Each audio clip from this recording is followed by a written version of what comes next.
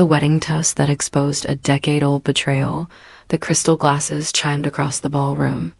Mark, the groom's best friend and best man, stood at the microphone, a practiced, almost unnerving smile plastered on his face.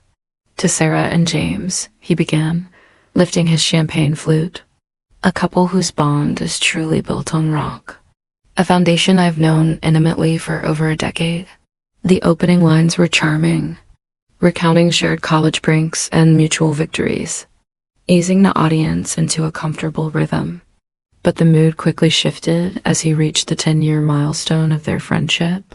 "I remember a decade ago, right after college, when James and I were both vying for that single coveted spot at a prestigious consulting firm," Mark continued, his voice steady but carrying a noticeable, sharp edge that cut through the soft jazz music. "James got the offer, and I didn't. I was given vague excuses, told my references weren't quite as glowing as they needed to be. I spent years blaming myself and the industry, eventually rebuilding my career from scratch."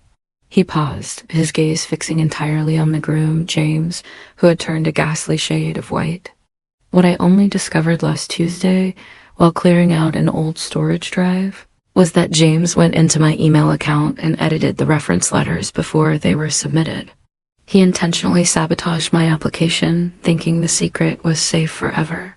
A collective, echoing gasp swept through the 200-seated guests. Sarah, the bride, slowly withdrew her hand from James's arm, her expression hardening from shock to icy fury. The band had fallen silent, the silence deafening. He built his entire success, his entire life, and even the privilege of standing here today, on a profound and deliberate lie, Mark concluded, his duty done.